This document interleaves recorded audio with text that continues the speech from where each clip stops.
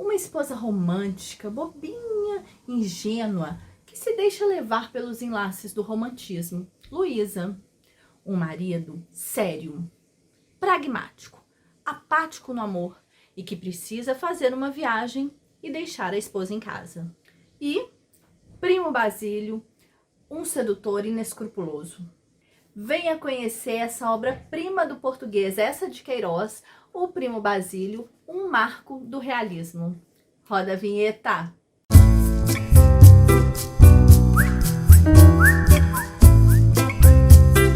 Olá, leitores! Seja muito bem-vindo aqui no canal Livros da Bela.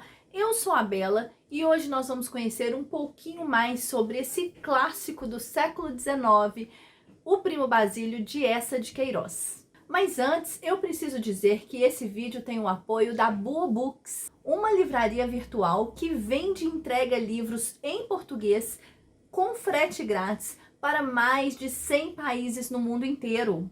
Inclusive aqui na Inglaterra. Não é demais, gente?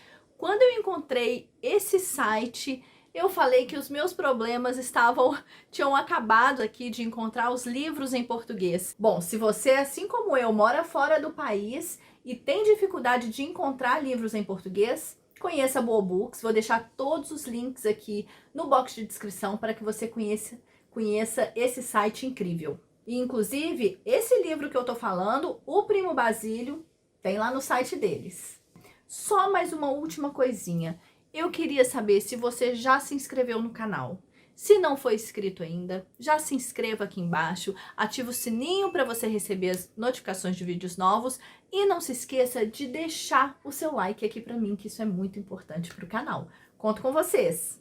Tinha suspirado, tinha beijado o papel devotamente. Era a primeira vez que lhe escreviam aquelas sentimentalidades e o seu orgulho dilatava-se ao calor amoroso que saía delas, como um corpo ressequido que se estira num banho tépido. Sentia um acréscimo de estima por si mesma e parecia-lhe que entrava enfim numa existência superiormente interessante, onde cada hora tinha o seu encanto diferente, cada passo conduzia a um êxtase e a alma se cobria de um luxo radioso de sensações. E esse trecho que vocês acabaram de ouvir é da música Tribalistas, em que o Arnaldo Antunes, o cantor aí, Arnaldo Antunes, ele lê as belas palavras que estão escritas nesse livro aqui. A escrita é primorosa. As cartas, esse meio de comunicação tão comum no século XIX, estão presentes aqui. E as críticas cirúrgicas de Eça de Queiroz sobre a sociedade burguesa lisboeta imprimiram nessa história um toque sedutor de pecado e realidade. E tudo isso foi um prato cheio para que eu devorasse esse livro, sim, pela segunda vez. Bom, antes eu gostaria só de contextualizar para vocês a fase literária que o mundo estava vivendo, né? A gente estava atravessando uma transição. A gente estava saindo ali 1870 e poucos, a gente estava saindo do romantismo e indo para o realismo. Então esse é um marco dessa fase de transição, esse livro aqui é um marco dessa fase de transição. Aqueles finais felizes, aqueles romances românticos, onde sempre o bem vence o mal, aquilo já estava meio fora de moda. E esse escritor aqui foi, assim, cirúrgico em fazer isso, e inclusive colocar a crítica ao romantismo nas entrelinhas aqui dessa história. Então, todas essas juras de amor eterno estavam cedendo espaço para dor, sofrimento, traição, realidade, pecado e o dia a dia ali, sabe, uma realidade nua e crua. Bom, no enredo a gente tem ali uma tríade, o triângulo, né, que é tão característico nessa escola literária que é o realismo. Então a gente tem a esposa, geralmente uma adúltera. Luísa era o nome dela nessa história, cansada, cheia de tédio da vida que ela levava, de madame mesmo, e ela se esquecia da realidade, mergulhada nos seus romances românticos, nas páginas desses livros que ela tanto lia. E ali a gente via a vida a dois de um casamento falido, ou melhor, a gente não sabe nem se ele algum dia teve amor. Uma coisa também muito característica do realismo. Numa ponta desse triângulo, nós temos Jorge, o marido. Engenheiro, homem prático, não tinha muito tempo para essas historinhas do amor, não. Apático no amor, chega até a dar uma certa dúvida no leitor se ele algum dia amou Luísa. Na outra ponta, o primo Basílio, um homem forte, sedutor, atraente, envolvente, mas que no final das contas não passa de um trapaceiro, alguém que se aproveitou de toda a situação, envolveu Luísa e deu o que falar. Essa é então uma grande receita para uma grande tragédia amorosa, né, gente? Uma história de frustração, de dor, de desilusão e, para pimentar tudo, uma personagem assim que a gente chega a ter bastante raiva dela, mas ela é muito importante. Ela é uma bisbilhoteira, a empregada de Luísa, fofoqueira, invejosa e chantagista. Ela vai ainda dar muito trabalho para Luísa nessa história. E o mais interessante dessa história é que todas essas relações, né, que vão se estabelecer, elas vão carregar críticas severas àquela sociedade burguesa da época. Ele está falando ali da sociedade lisboeta, mas isso pode se aplicar ao resto do mundo. Dinheiro, poder, hierarquia social, tédio, função social da mulher e do homem.